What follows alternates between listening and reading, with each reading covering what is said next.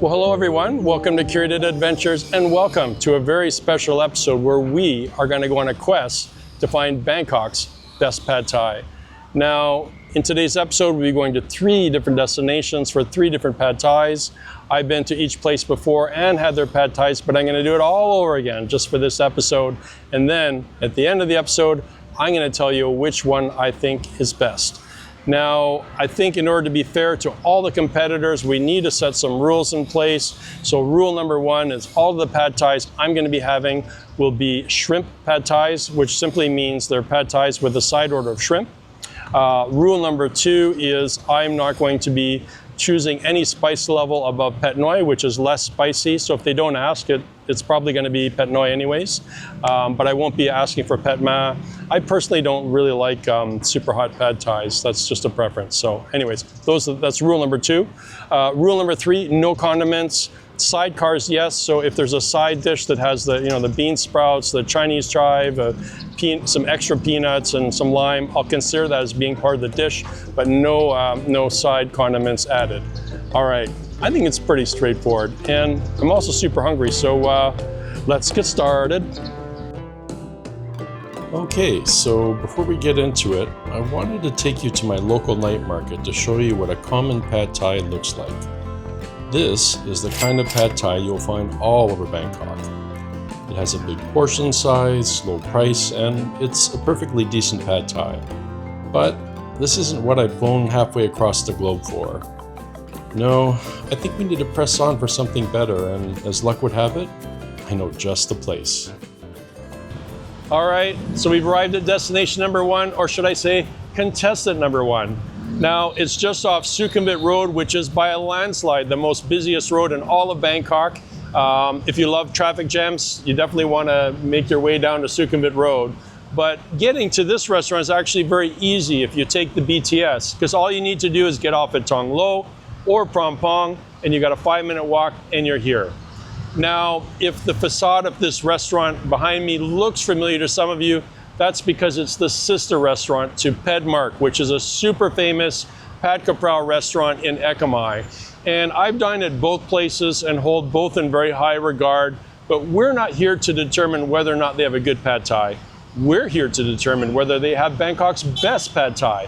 And the only way I'm going to be able to do that is by getting in there to check it out. So let's get in there and check it out.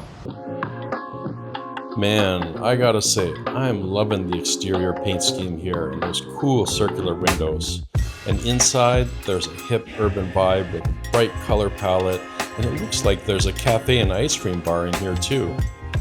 Now, the interior features a large pair of communal tables at the entrance, though available seating does seem to be at a premium. One thing you'll notice is that it's pretty quiet in here, but that's actually because I'm filming at 10 in the morning. And in glancing at the menu, I am liking what I'm seeing, but I'm also noticing that these prices seem a bit higher than what I'm used to. It must be a reflection of the neighborhood we're in, and to be clear, I'm okay with that, just so long as this place delivers. And on that front, I'm happy to say it does. Though, admittedly, I was initially thrown off at the sight of a fried egg on top of my pad thai. But the fried egg really worked, and I guess it helps that these folks know how to make an egg. On top of that, the runny yolk added a creamy richness that I enjoyed as well. Now, the dish comes with 5 of the most delicious shrimp I've ever had. They're definitely not cheaping out here, and there's also an abundance of crunchy dried shrimp as well. Flavor-wise, there's a nice sour and tangy base from the tamarind paste, and a quick squeeze of the fresh lime adds a nice hit of acidity. Overall, this is a very balanced dish and a truly unique pad thai.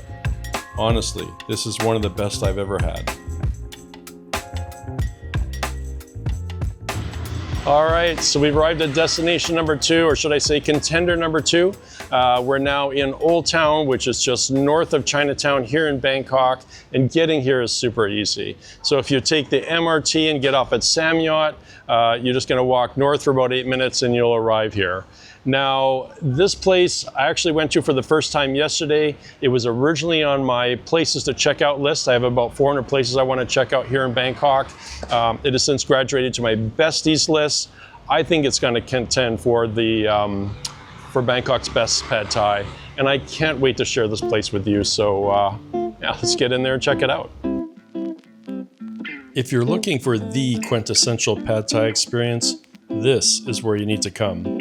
They have a great pad Thai here, of course, but the restaurant also shines brightly, delivering on what I would call a postcard-like experience. The interior features lots of charming touches, including a miniature rainforest.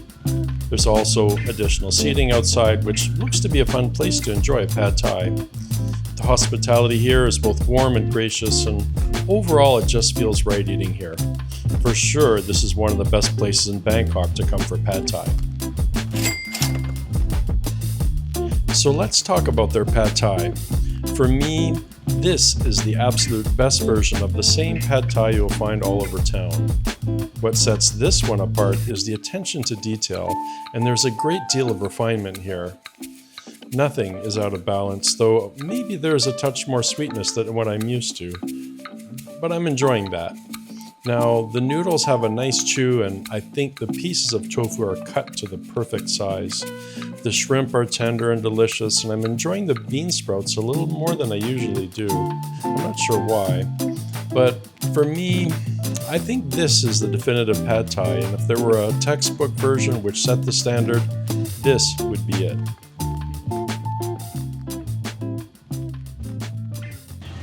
All right, so we've arrived at our final destination for this episode, and I am super excited to be here. This place is actually one of my 5 favorite places to eat in all of Bangkok. And I've been coming here for the last 3 years, but I have yet to come here on this trip. So there's a lot of excitement right now. Before we hop in there though, I should mention getting here is very easy. Just hop on the BTS and get off at Wong Wang Yai, 8-minute walk and you're here. Now, if you don't mind, I don't want to do any more lead up. I want to get in there. So let's get in there and check it out. Hot diggity dog. We are finally back here. As mentioned, I've been coming here for years and I've come to expect changes. My first time here 3 years ago, Alex was out cooking on the street.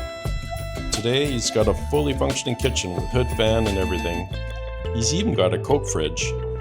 Now, the pad Thai was probably already the best in the world, but it's moved forward as well. The dish now features a sprinkling of thinly sliced green mango or unripened mango. This adds a tart flavor to the sweet, complex dish. It's a great addition. Now, the most pronounced flavor of the dish has always come from Alex's signature cowboy sauce, which has a bold flavor and it's kind of like a spicy barbecue sauce. It's a magnificent sauce, which I think really helps set his pad Thai apart from the rest. But there's more. On this visit, I'm also noticing that he's actually toasting the dehydrated shrimp. I've never seen this before. This gives the dried shrimp a more crunchy texture as well as a light charred flavor. The rest of the dish is just the usual masterclass stuff I've come to expect. Tofu is perfectly cooked and the egg wrapping is the best I've seen. I can keep going on, but I know we'll be back again soon, so I'll just leave it at that.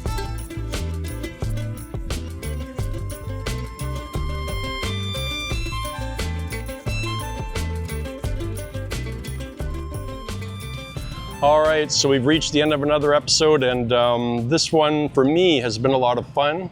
Obviously, I've had the opportunity to try 3 very delicious pad Thais, but more than that, I was able to learn that in the right hands, in creative hands, in passionate hands, pad Thai can be a lot more than just a cliche tourist dish.